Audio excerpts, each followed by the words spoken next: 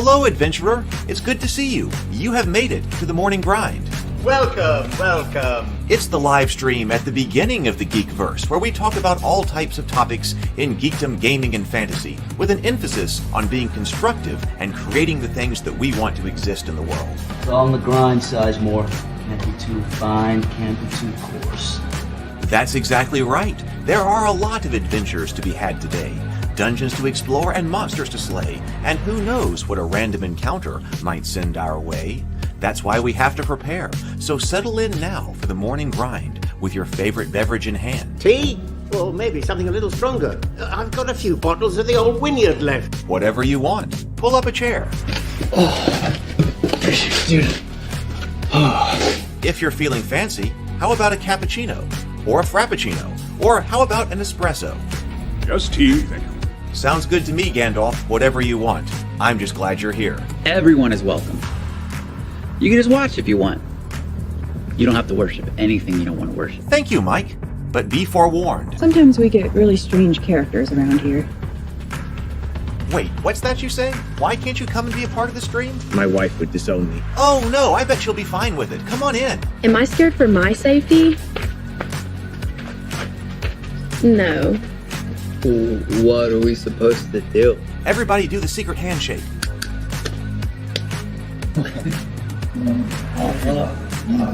Secret cultist handshake.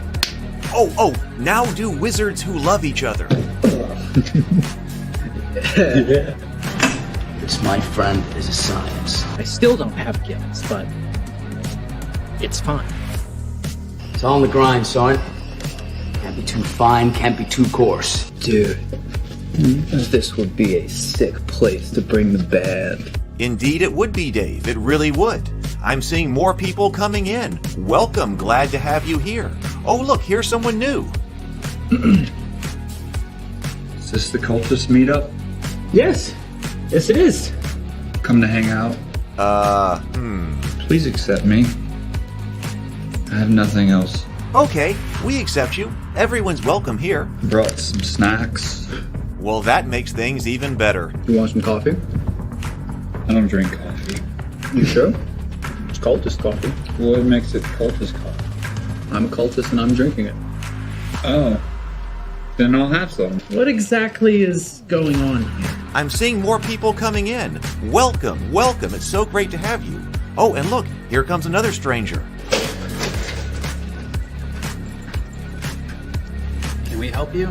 Yes, fellow cultists. I could really use some food. Oh yeah? Welcome. We have donuts. Oh, it's me. I'm glad I'm here.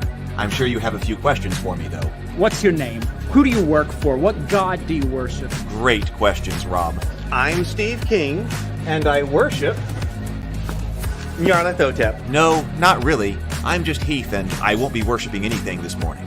But I will be your host. Welcome to the office. We're going to have a great time. I've got my coffee ready, because now it's time for the morning grind.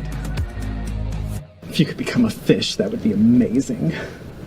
Then I could command you with my mental fish powers. Good morning, everyone. Welcome to my house, welcome to the office, and welcome to the morning grind. This is 2 morning grinds I've got here, doing here this week, where I had been up and out till after midnight, and still managed to turn around the morning grind, although a few minutes late on both of those days. So thank you for hanging with me. So that was New Year's when I was out, and I'm really trying to be extremely productive over these 2 weeks. This will be day 2 of 14, but I didn't get up and get writing stuff and get productive before the morning grind. But that's because we had a epic live stream last night on Table Talk, and it is now, let me put this up right here. Table Talk last night. Go over here to live. Terminator 2 right here, Judgment Day. Deep review and analysis with Retro Nerd Girl. Retro Nerd Girl's fantastic. Retro Nerd Girl was with Doug and me last night talking about Terminator 2. So definitely come over and check out Table Talk if you like Terminator. And that's one of our favorite movies. It's so good to talk about things that you like. So we did a stream on both Terminator and Terminator 1. And we love those movies. So Table Talk right here. I know a lot of people I see in the chat were here last night, but were there last night for it. But please do come by. If you didn't see it, it was a fantastic discussion. It was a fantastic discussion. I did notice, by the way, I thought that I had caught up re-uploading the Star Trek episodes to the new Table Talk channel. But Doug pointed out last night that I skipped Star Trek 3. I think I thought that Star Trek 3 went out because it would have been on a Sunday, and I kind of think that that would have been not New Year's Eve, Christmas Eve. And I thought that I had it scheduled for Christmas Eve. I thought that Table Talk, that Star Trek episode 3 went out on Christmas Eve, and then Star Trek 4 went out on New Year's Eve. But apparently, maybe I never scheduled it. So maybe there was a missing day for Sunday. So that means this coming Sunday, I'll get Star Trek 3 reposted. So that means it'll premiere to repost over there. And then I want to be sure that all of Doug's material on the Heroine's Labyrinth gets republished to this channel starting on Sundays next, because Doug is launching a book here in like 2 months, right? That book in 2 months. So I want to be sure that his material is up on the channel. So we'll do Star Trek 3 and on Sunday, re-release of Star Trek 3, and then re-release of the other of Doug's materials. And then we will go back to other videos that need to come out on the channel. So yeah, but we did a fantastic, that was also a fantastic conversation. It wasn't like a 4-hour conversation or something like that. We really took a deep dive into Star Trek 3 and why it doesn't work. We were actually kinder to it than you might expect. But there was still plenty wrong with it. But we did a deep dive into why and how to fix it. Actually, I want to do a re-edit of some of the material in that episode, because we actually did basically Heath and Doug fix Star Trek 3. So that's a great one. It was a great discussion. So James is here. Good morning. Good morning, BGD. Good morning. Good morning, Sable. Hey, Robert's here. Good morning. And Zero the Blade. And PH, yep, classic group this morning.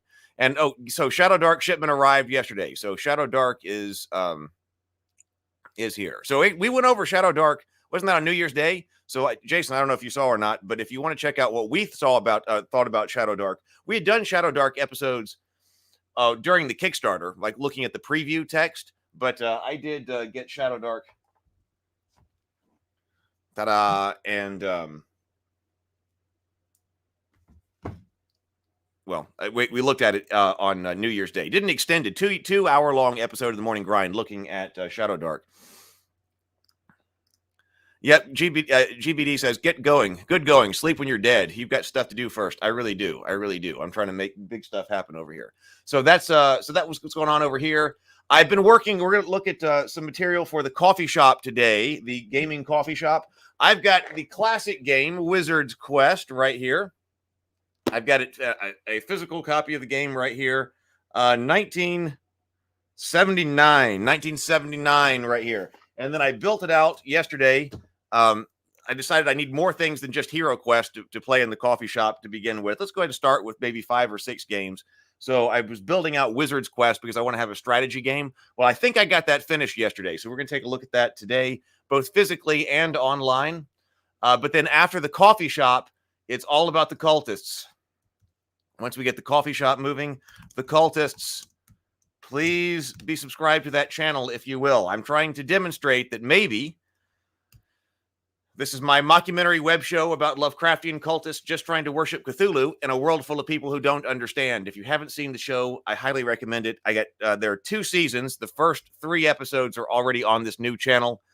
We're going to try to demonstrate that it's possible to create something here on YouTube and make it viable and sustainable. So that's what we're going to try to do here. Let me go ahead and give you the link to the gaming tavern right here. If you want to be able to play games, play Hero Quest or Wizard's Quest or whatever, there's the link if you are not signed up. I'll put that in the chat there. And so basically, that's what's going on. This Thursday, I do have to make up new thumbnails. So I got to make sure that I got Star Trek 3 scheduled for Sunday. But tomorrow's Thursday. I got to watch some more Arcane because, Sable, are you joining us? I know James is in, we wanted to talk a little bit more about Arcane. I loved Arcane. You guys told me to watch it, and so I did.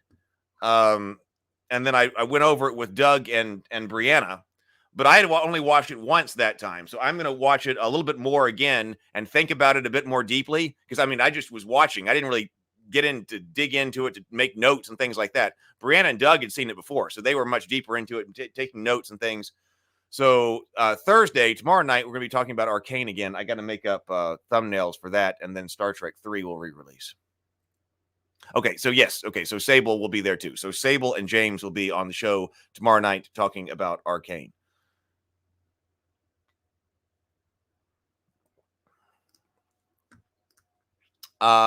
Let's see, Zero.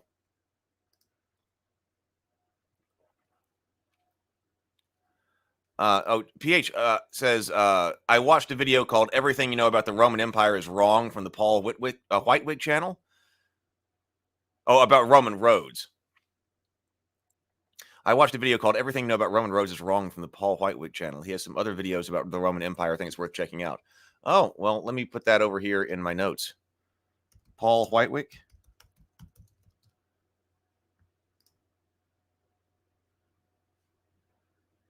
Okay, I will check that out. I watch a lot of YouTube. Okay, so then like right here, for instance, this is the game built out. So I've got I've got Wizard's Quest right here. It was a fun build because it wasn't like Hero Quest that required 5,000 pieces. But as I recall it being a fun game. So all right, we're gonna take a look at that here in just a second. So let me take that down. Let's go over and do our reading this morning. Let's make sure we have our sacraments. Let me open up the book. See what our inspirational reading for today is. This is going to be Turning Pro by Stephen Pressfield. All right, got your coffee, your favorite beverage this morning? I got a drink right here. Cultist coffee. At least I got my coffee this morning. I would have been here a few minutes earlier, but I had to make sure my coffee got made. Coke Zero wasn't going to make it this morning. I needed some warm coffee here in the office. All right, so everybody, let's take our deep breaths. 2 deep breaths, deep inhales, complete exhales, and then take a sip of your favorite beverage. Take a few seconds this morning just to breathe and think for a second. Here we go.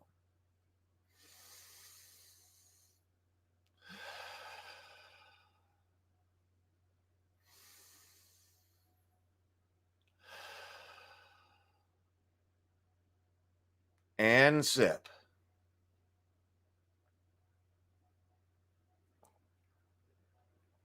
There we go.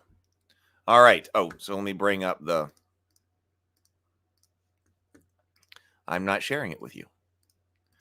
Now I am. All right. Turning Pro by Stephen Pressfield. Part-time pros. Sometimes we can be professionals in our shadow careers, but still amateurs in our true callings.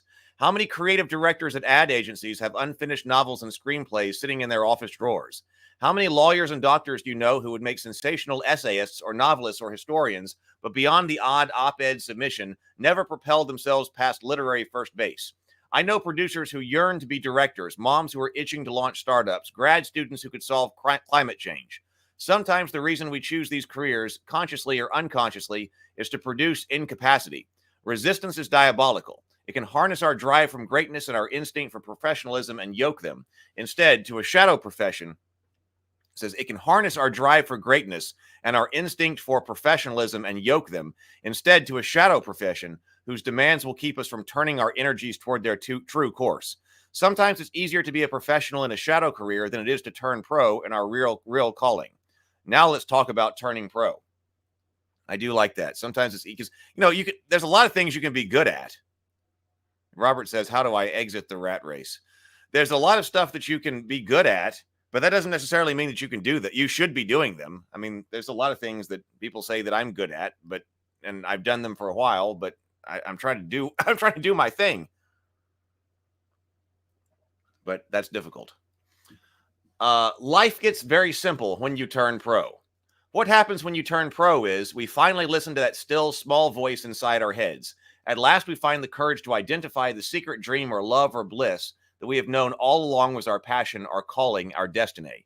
ballet, motorcycle maintenance, founding a clinic in the slums of Sao Paulo. Thus, we acknowledge that. This we acknowledge at last is what we were most afraid of. This is what we know in our hearts we have to do.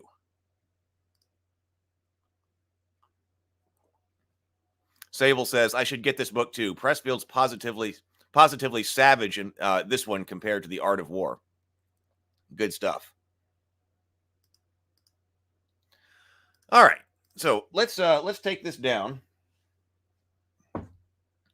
And I'm going to turn on the my auxiliary camera's over here. Get the auxiliary camera ready.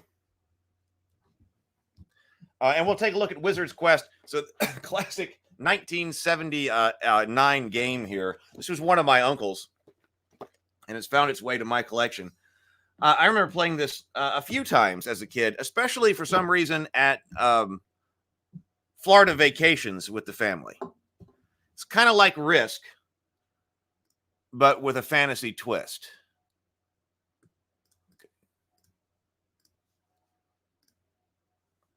Oh, let me get go auxiliary camera. There we go. And let me get the light on. Let me see, get this up. Good morning, Yogg-Sothoth. There we go. A million cables over here. So this right here is Wizard's Quest. Has anyone played this one? Junk all over my desk. I like the art on the front. It's almost, it has this, the castle has a little bit of a sci-fi kind of look, like a smooth kind of sci-fi look, and we've got this dragon here. But Wizard's Quest, I think it's really good. I noticed down here says the hunt for treasure hunt on the fantastic island of Marnon. And it's called Bookcase Games. And this is an Avalon Hill game. One of the things that I noticed as I was, one of the things you first notice is that when you turn it over, that is a lot of text on the back of a game.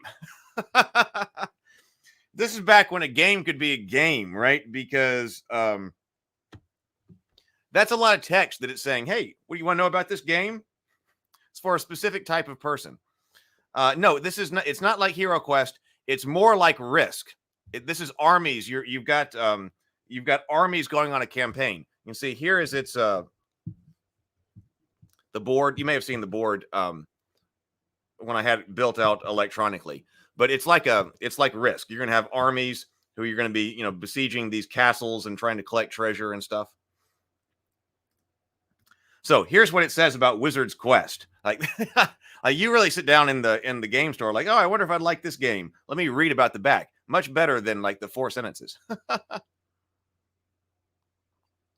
Sable says, got a novella on this box. This is definitely Avalon Hill.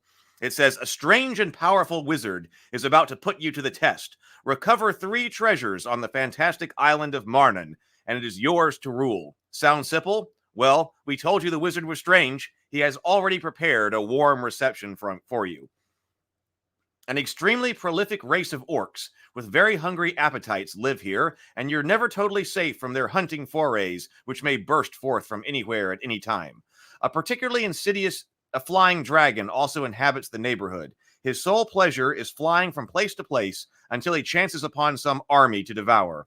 This keeps him occupied for just so long, and then he's off again. Unfortunately for you, there's no way to know where he'll land next. And in the ultimate gesture of magnanimity, the wizard has invited your associates to join you in competing for the same prize. But all is not lost. You have a well-equipped force, ably led by a hero and a magical sorcerer to aid you in your quest. The wizard also makes periodic visits himself to different places, bringing with him the spirit of peace and perhaps a few extra men for your army. And if the need arises, you may petition the wizard for assistance, which could end the quest or incur his wrath. With good planning and a little luck, you and your valiant band can battle your way through the dragon Battle your way through the dragon, orcs, and competing forces to your treasures and victory. Wizard's Quest can be played by from 2 to 6 players. That was another reason that I wanted to go ahead and build this one out, because it's for up to 6 players. I mean, as few as 2, but as many as 6 can play. The map board portrays the island of Marnon, which has been divided into 36 territories and 8 castle spaces. Orcs are placed in approximately 1/3 of the spaces, and players in turn place their men on the remaining unoccupied spaces. An opposing player then places your treasure in the most inaccessible spots that he can find. So orcs are placed in 1/3. Players in turn place their men in remaining unoccupied spaces. Then the treasure goes out. Each turn, orcs, it's been a while since I played, so I'm having to remember here as we go. Each turn, orcs currently on the board are reinforced with additional orcs by random die roll. Spaces which contain 4 orcs then frenzy and attack any and all players in spaces adjacent to that space. The dragon then goes marauding as he flies from space to space, determined by a random die roll. He stops his flying for a turn as soon as he lands and devours at least one of the player's men. The wizard also makes a visit to a randomly determined space, bringing with him reinforcements and protection from attack. Each player in turn may petition the wizard and attack a space adjacent to one of his force. Each player may then petition the wizard and then attack a space adjacent to one of his force currently occupies in order to move closer and finally capture his treasure. The first player to collect all 3 of his treasures is the winner. All right. PH says, when you finish reading from the back, it's time for the rules. Yeah, I know. And there's the rules also look very 1970s. Each Wizard West game contains full-color map board of the island of Marnon, 1 sheet of playing counters containing 6 armies, the dragon, the wizard, the treasure, and a horde of orcs, a pack of 35 petition cards, 1 instruction folder, and 2 dice. All right, so that's what this is. So here's the rules. We'll take a look at the rules. But here are the rules.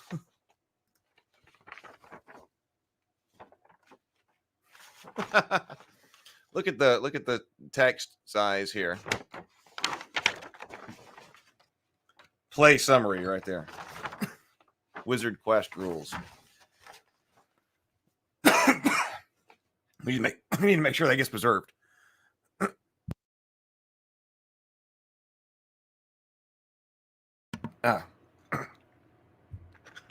I'm not sure what those are.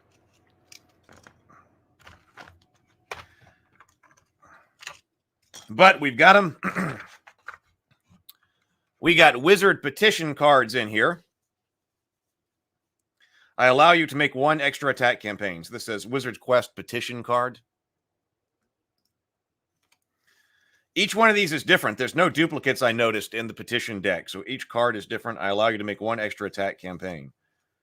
You may send me, Peacemaker the Wizard, to the region of your choice. Then toss 1 die to determine the territory, and I will prosper it by adding 3 men or orcs. I will give you 4 extra men. I'll give you 2 extra men. I will give you 1 extra man, but save this card for boat privileges. So those are the petition cards. 2 dice, nothing fancy, although it does matter which one is red and which one's white. You need 2 dice of 2 different colors. And then inside, I believe these were slide boxes. Man, my throat, excuse me.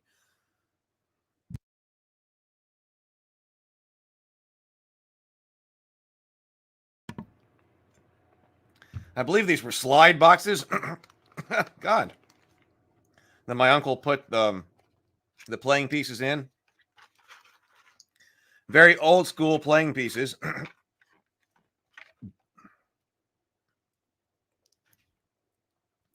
Those are your armies. And I believe the circles are supposed to represent 5 armies. But then everybody also has a hero.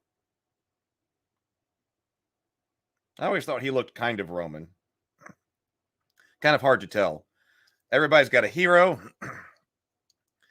and a sorcerer. And then your treasure tiles. Treasure. Crown. I'm forgetting what those are for. I might have to add those into the game. We do have some tiles here. I'm not sure about, but that's all that we've got as far as like, playing pieces go. No miniatures. Got more in the box here. It's mine. It was not originally mine. It was my uncle's. So my uncle originally bought this game, and that's why. So he's the one who put these in the slide boxes and things like this. So this was my uncle's game, but it's found its way into my collection.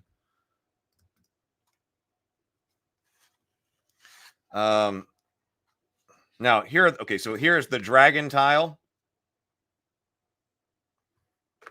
This will be flying around, and then here is our peacemaker, the wizard tile. This will be flying around. So this is our.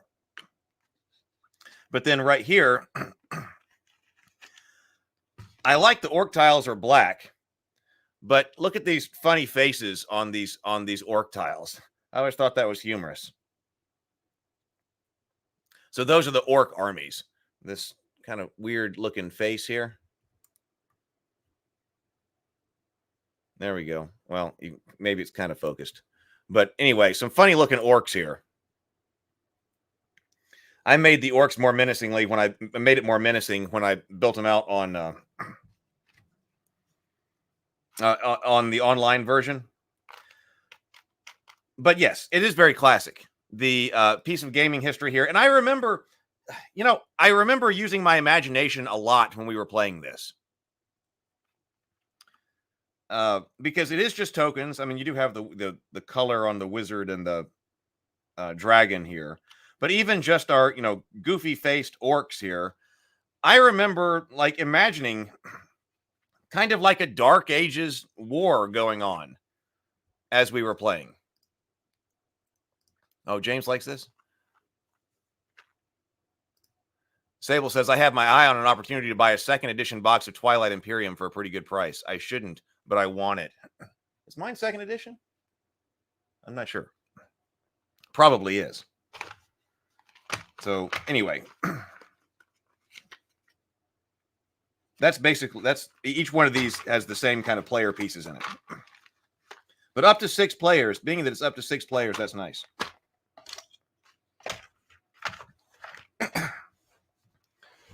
Proves that you don't have to have this just amazingly sculpted miniatures to be fun. This board comes. Oh, I forgot about this. This board comes in sections. That's probably what these are for. Since there are 3 different boards in it that go together to create it, I bet that these clips are supposed to slide onto the board. I bet that's it at the bottom to hold all 3 pieces together. I bet that's what that's for.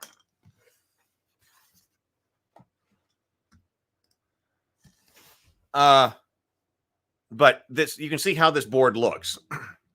This board was actually very inspirational for War of Kings. When my brother and I did the War of Kings board game, we were very much inspired by this board because we remembered it, as our fantasy gaming board where we're moving around armies and things. Lair of the Lizard. Spruceton. I remember all the different names. Heather Lawn. Hidden Hollow. Dewberry. Melting Sands. So unlike in Risk, every one of your territories has a name. So, all right, I'm attacking Dewberry from Hidden Hollow. The Great Tunnel. Oh, Castleton. Fernham. Radnor Fen. Sadberry. Dragonhead. Dragonhead down here. Whoop. There we go. Dragonhead. Kind of looks like a dragon head.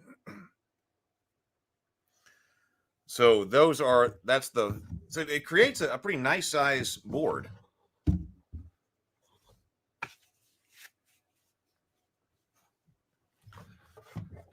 So that is what is inside. I'm going to bring this game up on the computer while we take a look at the rules and see how to play. I want to be sure that the left side of the board looks like the Sword Coast. Let's see. All right, so this is going over here. Or maybe there are other great Avalon Hill games that we should build out. But let's see here.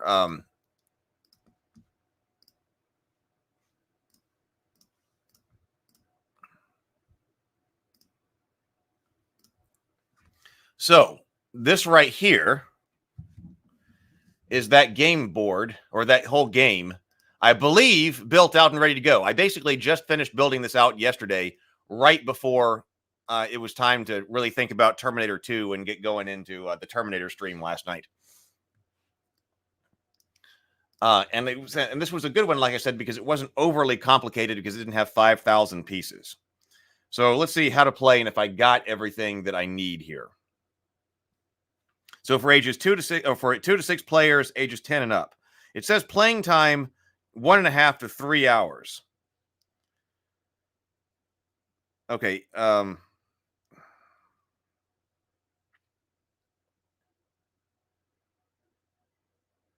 So what we're going to be doing is objective of the game. To win, you must be the first player to collect all 3 of your treasures. So you're going to have armies marching across this land looking for your treasures. So each player has armies. So I made up these right here as your army tokens, and I just made circular armies. And the nice thing about this is that when you stack up armies over here, there was no need to do like single armies and 5-unit armies, because if you bring out your armies and you stack them up, you can move whole stacks, of course, of armies around here, but it tells you how many are stacked up. I thought that was pretty nice. So if you've got 4 armies right over here, it's going to put a 4 by it, and you can move them all around. So I just gave, you're not supposed to be able to run out of armies. It said in here, I checked that. So I didn't. So I gave you everybody 100 armies, which should be plenty, because I think that 70 armies is all that you've got when you include the 5 tokens. Let me turn off this light since we're not using the auxiliary camera anymore. There we go. I think that 70 armies is all you have, including the 5 army tokens in that game. So 100 should be plenty. So those are your armies. Oh, James says, this whole board reminds me of the Friendship Killer Catan. Most people think it's Monopoly, but you only have to play, you only play that once with family. I didn't think about building out Catan. My brother did a nice advanced Catan board, like a 3D build of it. Well, I don't know if it was actually 3D, but it was he had like burned wood, and he did wood burning and all this stuff to make a really nice set of Catan. That was back in the day. But then you've also got your sorcerer. So here's your sorcerer, and then you also have your hero. So army, sorcerer, and hero for each player. And then every player also has a stack of their treasures right over here. Now, those are going to get dispersed on the board later. But so every player's got treasure and has 4 different treasure tiles. Now, you only have to find 3 treasures, but that's because everybody's got, I've got a scepter right here when you turn it over. You've got a scepter, you've got a ring, and you've got a crown, but you've got one of them that's blank. And that is the case the same way that it is in the Wizard's Quest board game. So you've got 3 treasures, but you've got 4 different tiles, one of which is blank. So that gives every player something to chase after that may not actually be a treasure. It might be where a rumor of some of their treasure was, but not true. So you win the game when you have found all 3 of your treasures.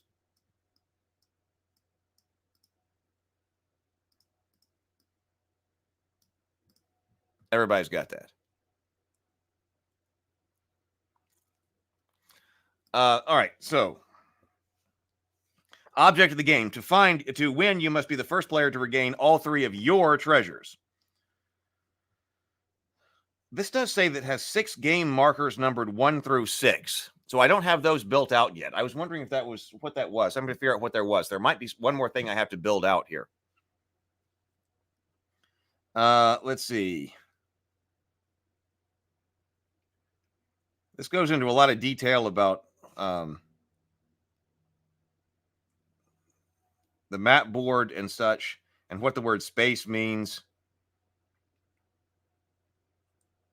It says important, 2 spaces, the earthen paths right over here, and Morris Gate right here are connected by the Great Tunnel and are considered adjacent to each other.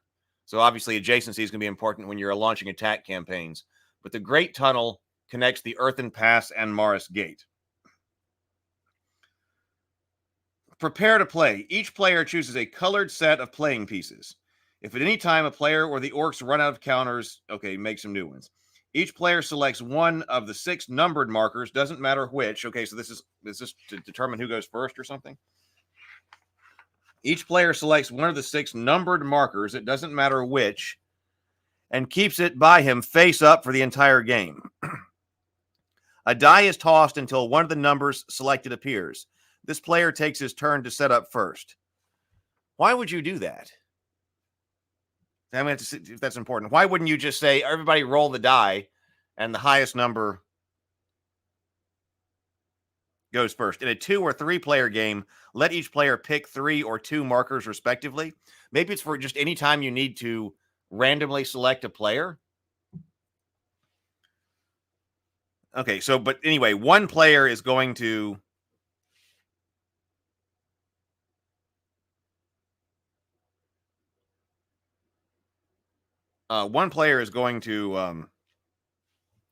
go first. And I'm also just looking at this. I think what I should have to do here is change the player seating order, because 1, 2, like how do you know where you're going to go? I guess clockwise would go from down here at player 3, for where I've got player 3 right now. 1, 2, 3, 4, 5, 6. So maybe I should make this go in the other direction. So you start here at 1 and then go around to player 6 over here. So if I reverse these, so if 1 was down here, 1, 2, 3, 4, 5, 6, that would have you going in clockwise order. I suppose you can go in whatever order around the table you want, I suppose, but it would make sense if you were going actually in player order as I have them here on the board.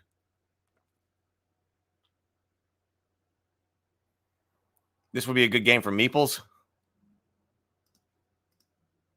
Let's see. All right, so now what do we do next? Setting up the board. Beginning with the first player, each player in turn places one of his men in an unoccupied castle space. 2 orcs are placed in each of the remaining unoccupied castle spaces. So first, everybody takes 1 man and puts him in a castle. So if there are 3 playing, it would go like that. Oh, now here are my orcs down here. So I used the black-skinned orcs here because they were black counters in the game, but I wanted them to look demonic. So I went away with the goofy-looking orc counters and went ahead and went with a demon-like orc face, because that's how I pictured them. Because I was very much reading, into the Lord of the Rings at this time, first encountering it, and so orcs being demon-like was definitely a thing. And so I made demon-like orcs, and so you put orcs in all of the castles that you didn't use. 2 orcs in each castle.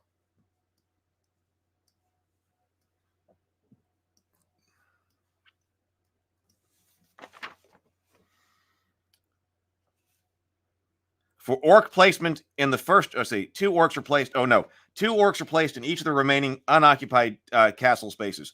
2 orcs are placed in 2 territories in each region using the following procedure. Okay, you will notice that the regions, so like the Golden Dunes is one region, and that's region 1. The Whispery Meadow is region 2. Ancient Forest is number 5, for instance. So 2 orcs are placed in 2 territories in each region using the following procedure. For orc placement in the first region selected, 2 dice are tossed until the outcome is not doubles. 2 orcs are placed in each of the remaining to each territory.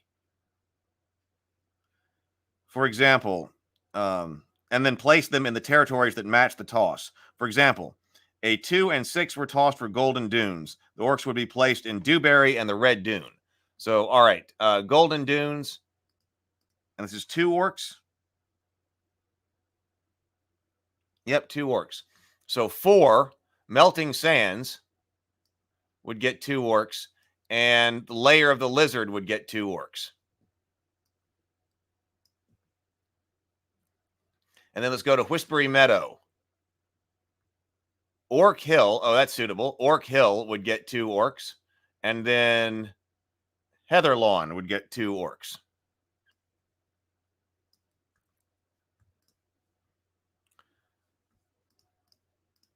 Then Region 3, Misty Forest 1 and 2. I could also line up orcs, I guess, in stacks of 2 over here to help you get the board set up a bit faster. Let me make note of these things that I need to do here. This is why I'm doing this. Show you guys how to play so that we can, so we know how to play and how to set this up. But then also anything I need to adjust. So I need to adjust seating and player numbers clockwise.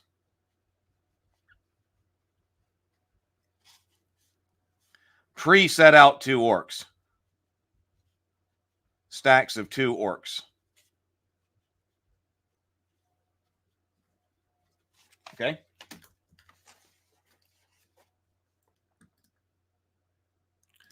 Sable Phoenix says, this is definitely an Avalon Hill game. Setting up the board takes longer than playing the game. Let's see. So then that was 3, 4, 6, and 3. 6. So Fernum and Dragonhead gets orcs.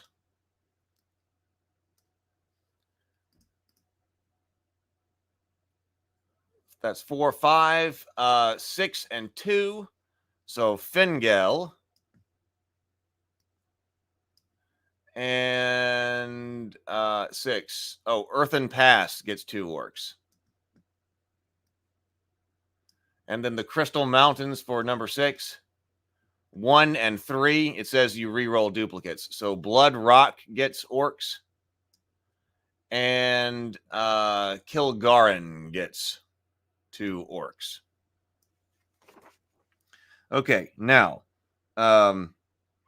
repeat steps A and B until all of them have orcs in them. All regions have orcs.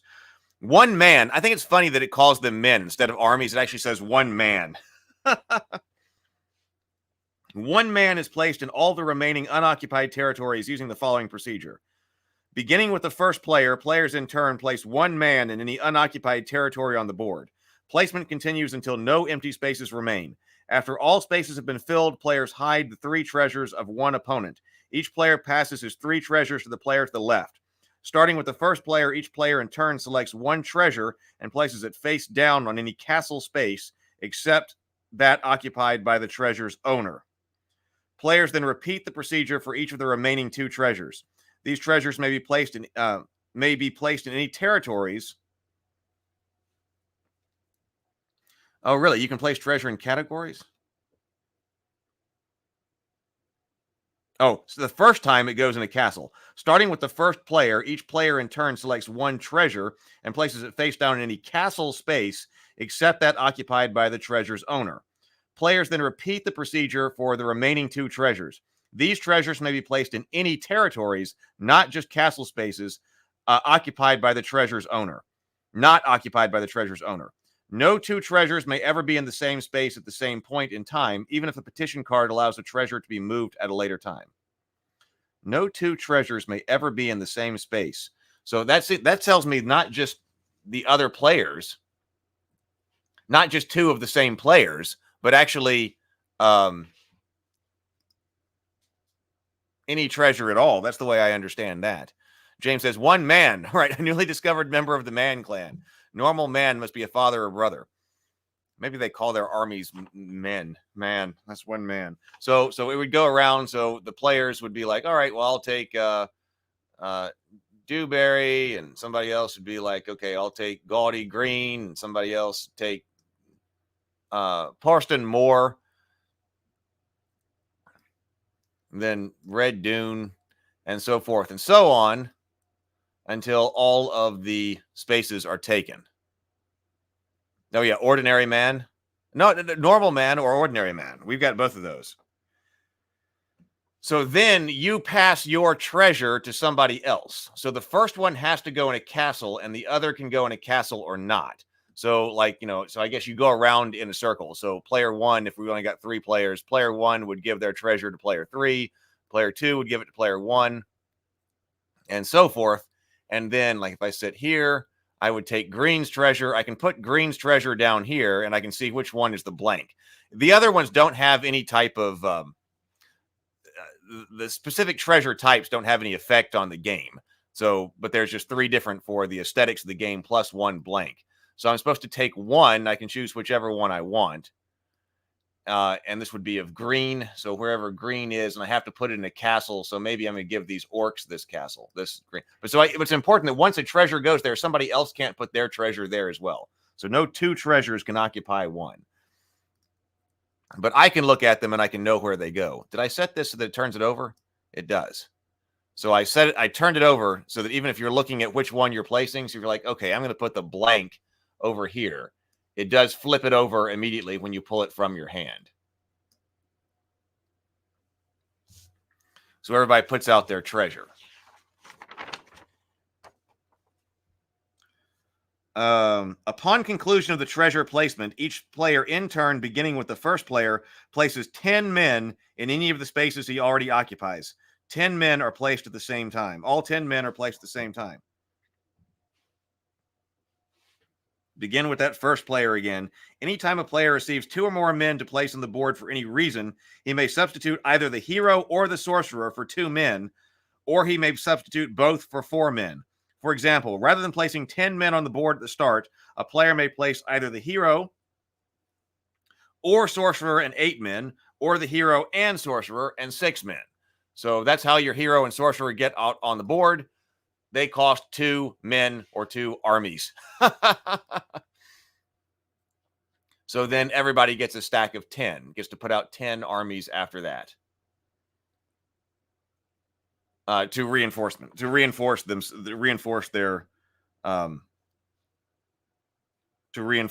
armies, or reinforce their positions. Okay, so then Robert says, is this virtual tabletop ready to test? Yeah, basically, like I was going over this with you guys, and so making notes of things that need to change. So I guess I should put in, because if somebody is trying to play, I mean, it seems like you could just roll dice to figure out who goes first. Oh, well, let me put my cards back in the box. It seems like you could just roll dice to see who goes first. But I guess I should put those 1 to 6 counters there. Where's my... Here. So I was trying to see. This should be pretty close. Add 1 to 6 counters. But I wanted to go through the game here and make sure that I did actually have everything that I needed and understand kind of what to do. All right, so now once you've got the board set up, now sequence of play. Each turn is composed of 5 phases, which must be performed in the exact sequence presented below. Turns continue this way until one player wins. The first thing you do is orc phase. Orc generation, then orc frenzy, then orc placement. Then you do dragon attack phase, then wizard prosper phase. Then first player determination phase, then individual player phase. And then you petition, card selection and play, reinforcements, and then make an attack campaign. All right, so that's what's going on. PH says, I like how the wizard is not the hero. So let's see. So orc phase. So this is what you do at the beginning. Beginning with the first player, each player in turn tosses 1 die to determine the region to receive more orcs. Each time a region is determined, 1 orc is added to each orc-occupied territory in the region, and 1 orc is added to each orc-occupied castle adjacent to a territory in that region. All right, so we do orc generation. So we roll, let's see, we got number 3. So Misty Forest would get orcs. So how many are we supposed to put? 1 orc is added. So at this moment, we got, looks like there should have been another orc in Mossy in South Hemp. Maybe do we roll a 6? Because there should be 2 in each one. So if I rolled the 3 at the beginning, then Mossy Glen would get another orc, and South Hemp would get another orc, as well as all castles adjacent to that. Oh, so this one's held by green. Oh, that was big for the orcs, because this castle over here, this castle I always thought looked like Isengard. Kind of what I imagined Isengard looking like as a kid, because it's got that tower-like thing. And then over here, so that one would get an orc. The orcs are multiplying in the mountains. So that's orc generation. No orc may be added to a space if it already contains 4 orcs. So once you get to 4 orcs, you're capped. 4 orcs is the maximum number of orcs that a space may ever contain. Then you do Orc Frenzy, which is an attack. Orcs frenzy from all spaces which contain 4 orcs. So in this case, we don't have any Orc Frenzy because we don't have 4 orcs. But if we did, frenzying orcs will attack player-occupied spaces adjacent to their space until all such spaces are captured or until the frenzy becomes unoccupied. Frenzy space becomes unoccupied or occupied by only 1 orc, at which point the frenzy immediately stops in that space. Orc Frenzy was also a big thing as a kid. I remember, orcs, what do? This guy was kind of like a predecessor of the Orc Wog, right? With Games Workshop. So I remember Orc Frenzy. Orcs only frenzy from spaces containing 4 orcs. If the space contains 1, 2, or 3 orcs, no frenzy can occur from that space. That's like also classic, like double up on saying things in the rules.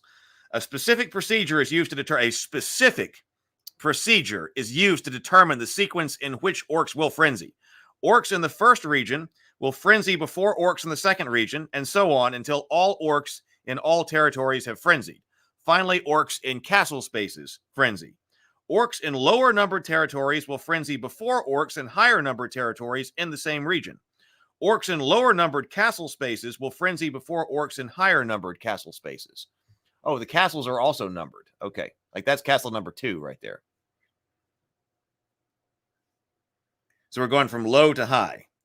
As orcs frenzy from a particular space, they must attack the adjacent spaces in a certain order. The first space that will be attacked is the lowest number territory in the lowest number region adjacent to the frenzy space. So if we are frenzying here, the first space that will be attacked is the lowest number territory in the lowest numbered region adjacent to the frenzy space. So if Orc Hill frenzies, it's going to frenzy into Red Dune because that's in Territory 1, Region 1, Territory 6. So that's the lowest number territory it's adjacent to in the lowest number region. Whispery Meadow is Region 2, but Whispery Meadow is 2. This is the whole region. Oxleaf, this particular region, is 5. So orcs will frenzy into Red Dune from Orc Hill before Oxleaf. Got to get the AI of the orcs right. Attacks will continue in a clockwise direction from the first space around the frenzy space. Oh, so we frenzy. Only certain spaces can be attacked by orc frenzies. If the space to be attacked contains orc, no attack or occurs and the space is passed. If the space is to be attacked contains a hero or a dragon, alone or with any other counters, no attack occurs and that space is passed. So having the hero or the sorcerer, right? If it contains the wizard,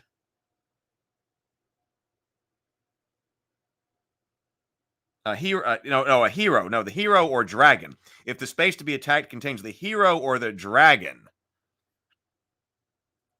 the orcs will not attack and will pass it. If the space to be attacked contains a hero or a dragon, okay, we just said that. C. If a territory space to be attacked is in the region which contains the wizard, no attack occurs. If a territory space to be attacked is in the region with the wizard, no attack occurs and that space is passed. The sorcerer is what you've got. The wizard is down here. So Peacemaker the wizard, if he's up here in Hidden Hollow, then that means all of Golden Dune is pieced. This game was also notable for making peace a verb. So that means that Peacemaker the wizard here has pieced this entire region. So the orcs at Orc Hill here would not frenzy into Red Dune. And by the way, the river here, prevents things from being adjacent to each other unless they are connected by the bridge here. So Dewberry and Melting Sands are adjacent, and Mead Sheep and Porston Moor are adjacent, but Heather Lawn and Sheep Mead are not, obviously. You got pieced. That sounds super violent. The wizard is coming to piece you. Let's see. If the space to be attacked is empty, no attack occurs and the space is passed. Frenzying orcs must attack an adjacent space if it does not conform to one of the following 4 situations listed above. If an attack is successful and the defending force slain, one orc is moved from the attacking space into the defeated space to capture it. The move cannot be made if only one orc remains in the attacking space. The orc then attacks the next space legal if 2 orcs remain in the frenzy space. So they don't just continue to beat up one territory. They make one attack and then go over and attack the next one and the next one. Are you piecing us after we pieced you? No, piece back. No piece backs.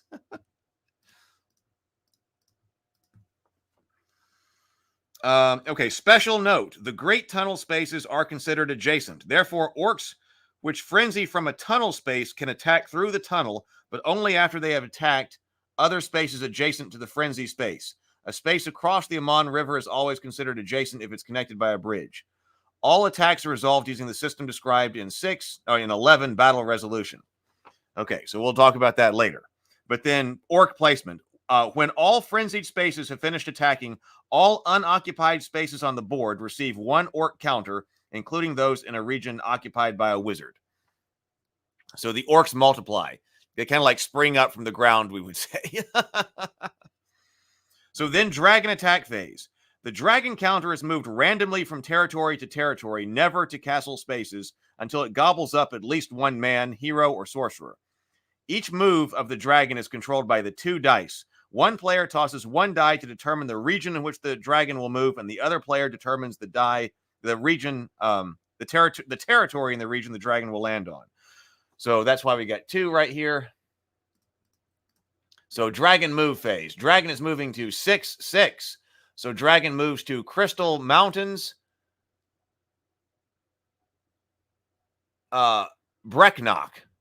So dragon lands in Brecknock. There would ordinarily be things there. Yeah, I know. I was about to say, it kind of sounds like orcs are breeding like mushrooms here. Popping out of the ground in that way. Hey, let's say the green player had 2 armies in Brecknock.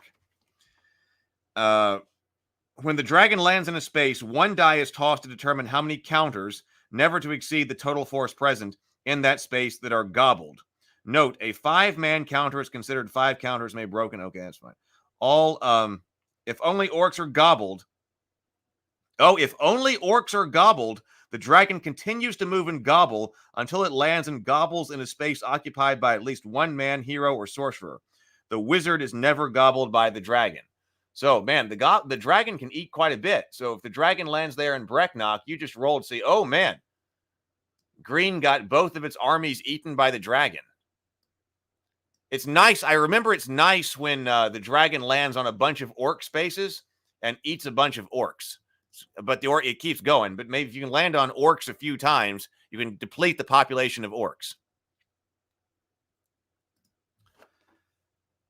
Wizard Prosper phase. The wizard counter then makes 1 move to the wizard Prosper phase each turn. It's moved by dice rolls in the same manner as the dragon counter. The territory in which the wizard counter moves is prospered. So in this case, the wizard, where's my wizard counter? Oh, right here. So the wizard would then move to 1/1. Oh, no. So he hit the layer of the wizard with these orcs over here. He prospered the orcs. It receives either 3 men if the player occupied territory, or 3 orcs to a maximum of 4 orcs. An unoccupied territory cannot be prospered. So prospering is, you've been prospered, right? So the prosper also becomes a verb here. So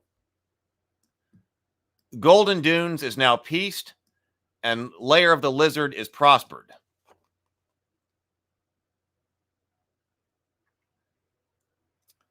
The wizard counter protects the entire region for as long as it occupies a territory in that region. No attacks of any kind, men, orcs, or dragon, can occur against any territory in the same region as the wizard. A force can attack from a territory in the wizard's region if the space in which it is attacking. A force can attack from a territory in the wizard's region if the space which it is attacking is outside that region. Okay, so I can't attack. So if I got some orcs up here in Britain and I'm down here in Red Dune, I cannot attack into Britain because I've been pieced. But I could attack from Red Dune into Oxleaf over here.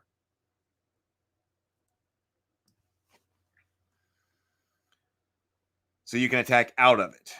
First player determination phase. Each turn in this phase, one player is selected as the first player. So I guess that's what you're going to be rotating your first player. Maybe that's why those tokens are important. The first player is determined using the procedure explained in Prepare for Play B and C. Okay, so that's why everybody needs a marker. Well, on the other hand, you know which one you are because this is player position number 1. So if you got 6 people, you'll have 6 markers out here. I think that would get actually confusing if you are player number 1, but you are number 4. Well, but then it says if you only have 3 people, then they all need 3 tokens. I guess I'll put out the tokens. People can do as they want, but I guess we need to put out the tokens. So that means that the first player each round is going to change.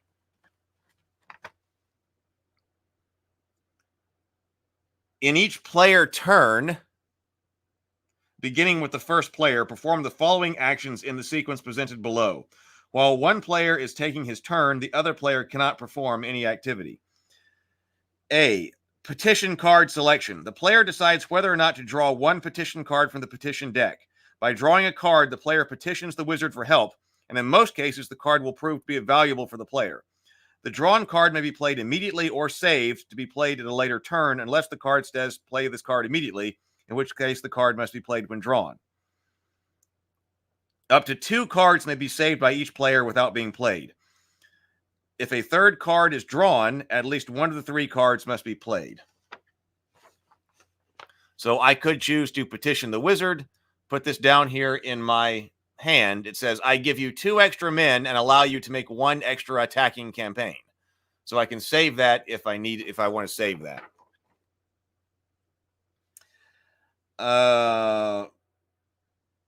Let's see. A petition card may be drawn and or played only at the start of the player's turn.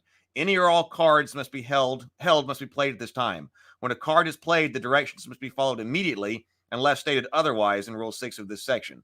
All played cards are immediately placed face up in a discard pile by the petition deck. So we can also have a discard pile over here when things are played. When the deck is used up, the discard pile is shuffled to restock the petition deck. The discard pile cannot be examined. Most instructions on the petition card are self-explanatory. Some may need further clarification. All awards of men are added to the player's reinforcements and placed with them. Extra campaigns are used after the initial attack campaign have been completed. Certain cards award boating privileges. They state, I give you an extra man, but save this card for boating privileges. When played, this player receives 1 extra man and then keeps the card face up in front of him to be used for boat privileges at any time during one of his turns. Any number of boat privileges cards may be retained face up after being played. Oh, so you'd have to put like your boat privileges card right over there. There's space for it. Okay, so that works. So if player 1 has boat privileges, the card will go right there. That works pretty well. While the boat privilege cards remain face up, they do not count toward the 2 card limit for the player. He may still hold 2 other cards without having to play them. Use of the boat privilege cards permits a force to make a move or attack from a space bordering the Sea of Marnan or the Amman River to the other space bordering the same body of water. For example, a player with the force in Castle Mead may move to or attack Windfor, Breckneck, Castle 7, Sadbury, or Radar Finn. So if you had forces in Castle Mead, right here. Oh, Cattle Mead. Oh, Cattle Mead. This says Cattle Mead over here. It says Castle Mead over here. So boat privileges would allow you to attack across the Sea of Marnin. You can't go outside, it says, to make an attack. You're not playing over here in the ocean.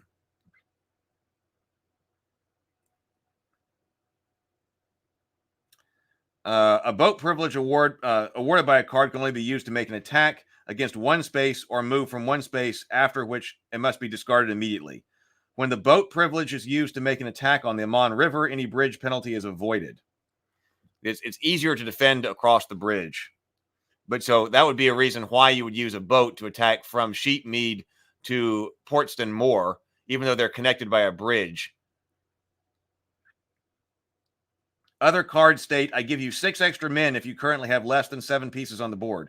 The term pieces always includes the hero and sorcerer as well as individual men.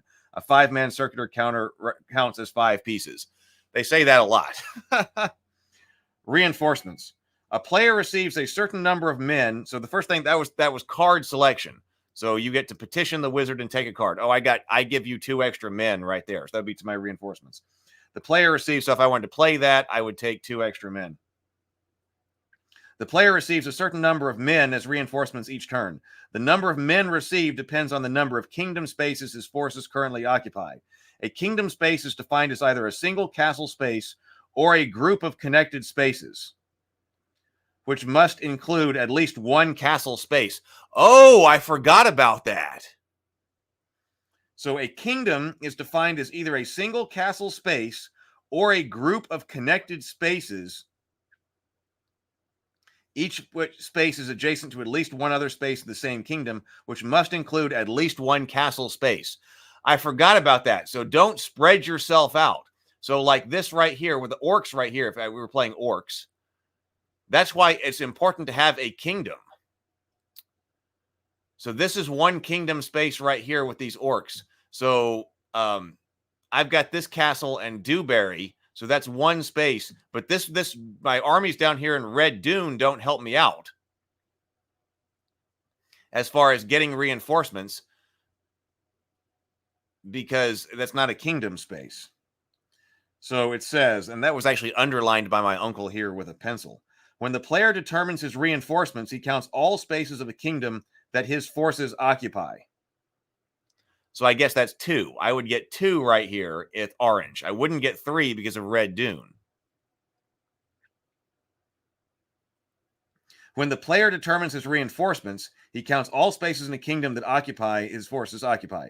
A space may only be counted as part of one kingdom, even if it connects to more than one castle space. Special note, the great tunnel spaces are considered adjacent, and a player's kingdom may be connected through the tunnel, just as a player's kingdom may be connected over a bridge. All of the player's kingdom spaces are totaled. If his forces occupy 4 or less kingdom spaces, 4 men are received as reinforcements. Oh, so 4 is the minimum. So if I only had these 3, I would still get 4. If his forces occupy 5 or more kingdom spaces, a number of men equal to the number of kingdom spaces are received as reinforcements.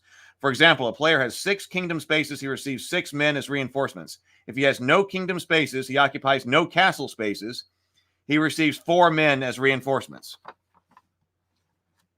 After all men are received through petition cards and reinforcements, they, and any superpower substitutions, may be placed in these spaces occupied by the player's forces. All right, then attack campaign. The player is allowed to make at least one attack campaign on his turn. One attack campaign may always be initiated. Additional attack campaigns may be initiated by petition cards awarded or directed against the wizard or dragon. By petition cards, or if directed against the wizard or the dragon. You can fight the wizard. An attack campaign permits one of the player's forces in a space to attack one adjacent space or to attack a space that can be reached by boat if using boat privileges. The attack campaign continues until the space being attacked is unoccupied, in which case it must be captured. Oh, the attack campaign continues until the space being attacked is unoccupied, in which case it must be captured if possible, or the player decides to discontinue the campaign. Oh, you can discontinue the campaign. He may do this at any time before resolving one battle. or he no longer has any forces with which to continue the attack.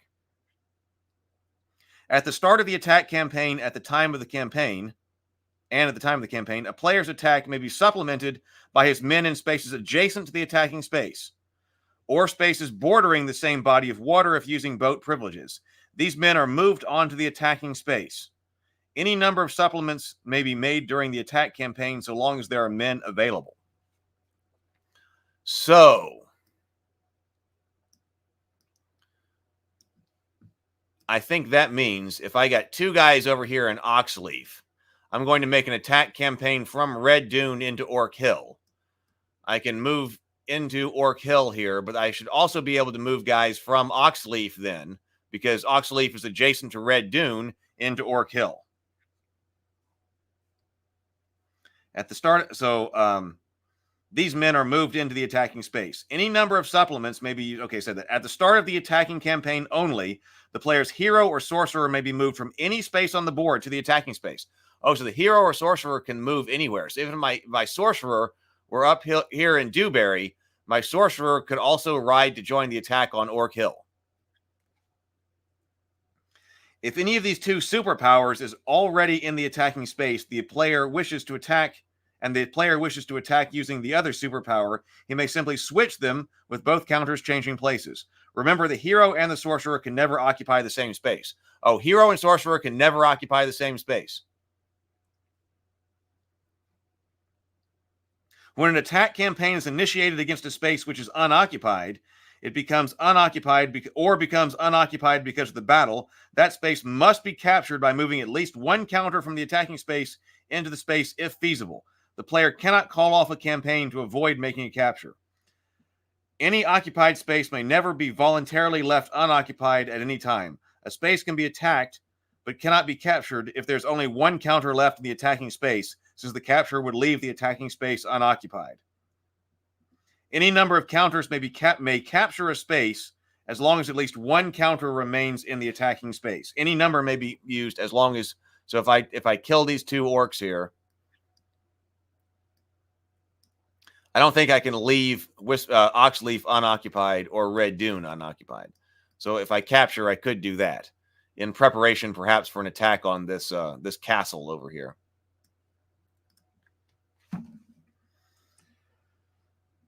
Attacking the dragon or wizard. If the dragon or wizard is in an unoccupied space, the player must use the normal attack campaign if he wishes to attack either.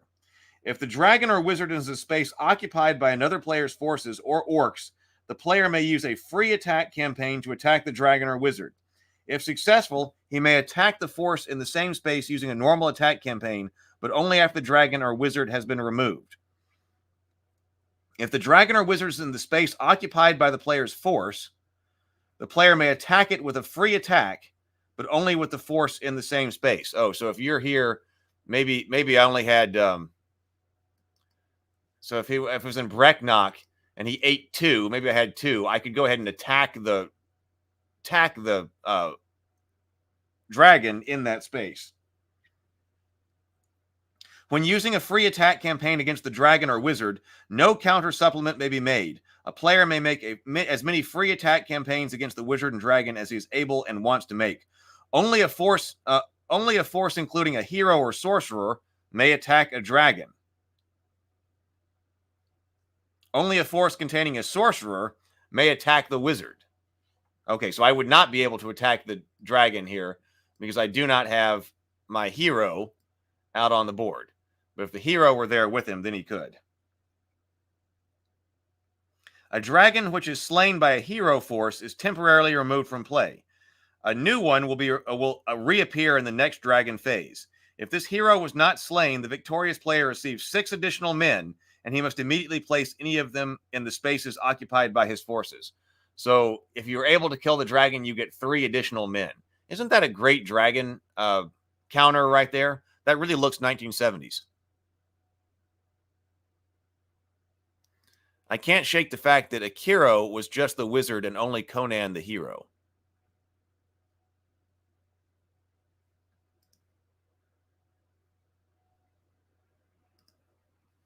PH says.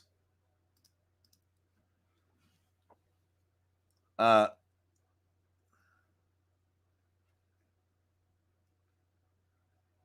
dragon or wizard counter which is defeated by a sorcerer is not killed but sent to a region of the victorious player's choice. A die roll determines which territory it will occupy. The dragon will gobble any counters in the territory equal to the roll of 1 die. The wizard will prosper any counters in the territory by 3 men or orcs up to a maximum of 4 orcs. If a player succeeds in removing the wizard to another region, he is now permitted to launch attack campaigns against any territories in the vacated region.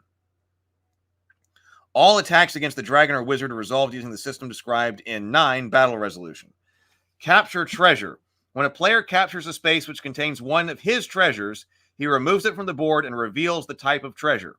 If the type is a treasure chest, the player receives 4 men. Oh, man. So that the type of treasure does do something. I have crown. Oh, I'm supposed to have treasure chest. I put a treasure chest on the back. So I need to adjust. Make scepter treasure chest.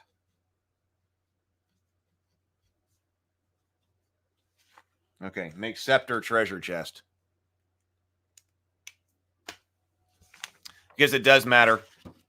So if you find the treasure chest, the player receives 4 men, which must be immediately placed on the space occupied by the treasure chest. If the type is a crown, the player receives 3 men, which he must immediately place on any of the spaces occupied by his forces. So that's why it does matter. So if you're hiding them from the other player, figuring out which one is the ring and which one might matter. PH says, I'm thinking about an RPG setting in which only marshals are considered heroes because the spellcrafters' roles are not well understood by the common people. Ah.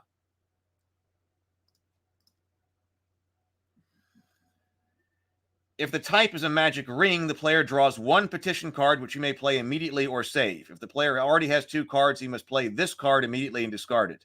If the card draws requires loss of reinforcements, he ignores the directions and discards it. It cannot be replaced by another draw. When a player captures his 3rd treasure, the game ends immediately and he is the winner.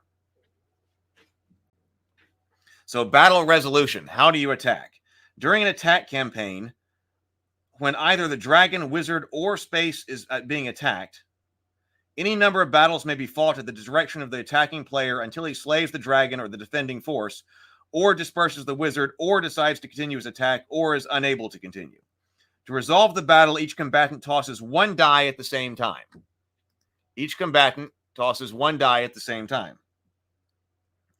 A player's die toss indicates the number of the opponent's counters that are removed from the space, up to the total force present in the battle, if his toss is within the proper die range.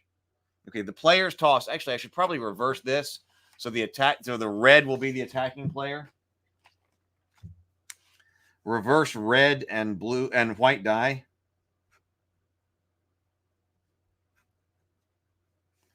And white die. So red rolls to attack, white rolls to defend.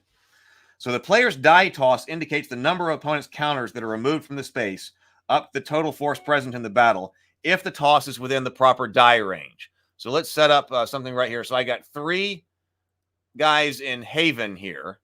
And let's say there are 2 orcs in Flintshire, and I'm going from Haven into Flintshire. That's going to be my attack campaign.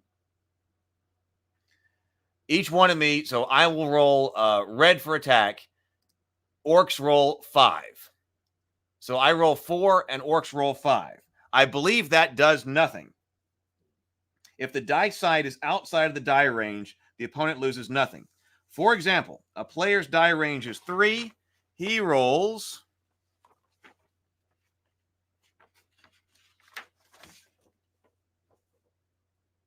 die range is 3, and he tosses a 1, 2, or 3. The opponent loses 1, 2, or 3 counters respectively. If he tosses a 4, 5, or 6, his opponent rolls nothing. So here are your die ranges. The dragon has a die range of 6. The wizard has a die range of 6. Orcs have a die range equal to the maximum. Orcs have a die range equal to the number of orcs in the space, never greater than 4. So these orcs right here only have a die range of 2. So that's why they were rolled a 5. So there was no damage from the orcs. If they rolled a 1 or a 2,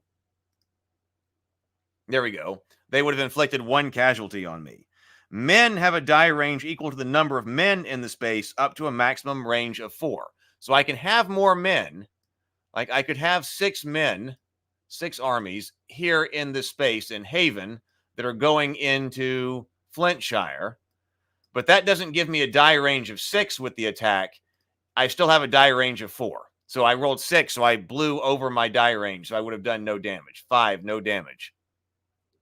There, I would have inflicted 1.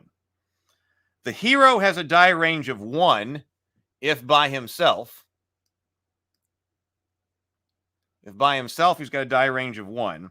But he adds 1 to the die range of men in the same space. So the maximum range for 4 or more men and a hero is 5. So I would have to have my hero with this guy. Now, if I've got 6 armies here and the hero, then I would have a die range of 5 when I attack. So 3, that would inflict 3 points, 3 damage on the orcs, and I would have killed all of the orcs. I need more mans. The sorcerer has a die range of 2 if by himself, and he adds 2 to the die range of men in the same space. So the maximum range for 4 or more men and a sorcerer is 6. So the sorcerer would add, and so now, can't stack those. The sorcerer and 6 men would have a die range of 6. But the sorcerer does something special instead of killing people. A force defending against an attack in one of the 18 forest or mountain territories in the following 3 regions, Misty Forest, Crystal Mountains, and Ancient Forest, adds 1 to its die range. So a force defending against an attack in any one of the 18 forest or mountain territories, forest or mountain, adds 1 to its die range. A force receives no additional advantage for attacking from these territories. So these orcs would actually have a die range of 3 because they are defending in the mountains. So the orcs defend, they've got 2. They rolled within their range, but they actually would have a range of 3 because they are defending mountains. A force defending an attack in a castle adds 2 to its die range. So these orcs over here would have a die range of 5. I got 3 orcs in this castle, so they have a die range of 5 when defending. A force receives no die range advantage for attacking from a castle space. A force defending against an attack initiated from a territory on the other side of the bridge adds 2. So if you're in Portston Moor and you're attacked from Sheepmead, then you add 2 to your die range. A force no advantage for attacking across the bridge. A force defending against an attack through the Great Tunnel adds 2 to its die range. A force receives no die advantage for attacking through it. Note, when defending against an attack through the Great Tunnel, a force does not add 1 for being also in the forest territory. So the Great Tunnel over here, Marl's Gate, Morris Gate, or Marl's Gate, looks like Marl's Gate right there. And Earthen Pass. You don't double up forest and tunnel. If both die tosses are outside of their respective die ranges, then the attacking player must lose 1 counter from its attacking force. Oh, if both tosses are outside the die range, the attacker loses 1.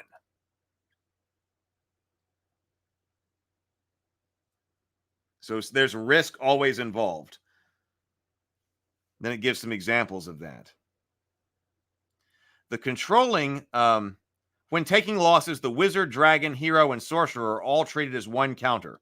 It's generally good strategy not to remove the hero or sorcerer from the battle until it's the last counter in the space. The controlling player decides which of the counters are removed to satisfy the loss requirements. All counters removed from the board for whatever reason are not permanently out of the game, but may return at a later time as reinforcements through petition cards, etc. Hero and sorcerer. All losses in battle are removed from the space and taken off the board unless a sorcerer is involved in the attack. Here's his special rules. Because he adds 2 to your die range. If a player conducts an attack with a force that includes a sorcerer, Any losses he inflicts are not removed from the board, but are dispersed by him to unoccupied spaces and or spaces which belong to the defending player he chooses. Dispersal occurs only if the sorcerer is part of the attack. Wait, who disperses? If a player conducts the attack with a force that includes a sorcerer, any losses he inflicts are not removed from the board, but are dispersed by him. Yeah, so the defending player chooses what damages are taken, but then the attacking player disperses those forces as he sees fit. If both the attacking and defending forces include a sorcerer, a special case arises. All losses inflicted in attack and defense are dispersed. First, the attacking player disperses the losses he inflicted, and then the defending player disperses the losses. A space containing a hero can only be attacked by a force led by a hero or a dragon. Oh, so the hero is kind of like your defense as well. So you can't you have to have a hero to attack a dragon. But also, if you've got your hero out, you cannot be attacked by somebody who does not also have a hero. A hero cannot be attacked by any other type of force.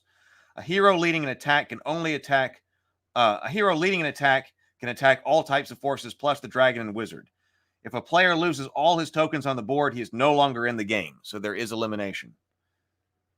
Special setup for 2 players, optional treasure players. Oh, it says optional treasure placement. A 4th worthless blank treasure is included with each of the player's treasures. When an opponent's treasure is placed on the board, only one may still be placed in a castle space. The remaining 3 treasure counters are placed in territories as explained in the rules. If you find it blank, you receive nothing. So that is Wizard's Quest.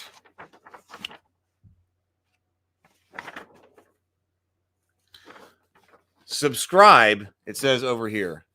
Subscribe to the Avalon Hill General, a must for the serious game player. And then you've got a play summary back here as well. So that's Wizard Quest. What do you think? So I've got a few things to change up on my table here. Thank you for being here with me as I did that. Make sure that this game is set up and ready. So I almost got it right, but got a few things to finish. I think it'll be fun. So this will be something. So I'll finish that here directly. So that will be another thing that can possibly be in the game coffee shop. So if you would like to play, if you are here coming in, I've got a form set up for people. We'll do a test. Once I get these games set up, we'll do a test with about 10 people to come in and play games, play a variety of games, see how it works, see what changes need to be made before more people come in. So that'd be like a session 0 on the gaming coffee shop. So Wizard's Quest will be one of the things that's ready. Blast from the gaming past. All right. So that was a hour and a half. That's great. I've got things to do. I'm going to be productive. I'm going to sit here and try to get things done. Everybody have a wonderful day. Go forth, be creative, be constructive. Let's get things done. Still starting 2024 in a major way. Let's go, everybody. See you later.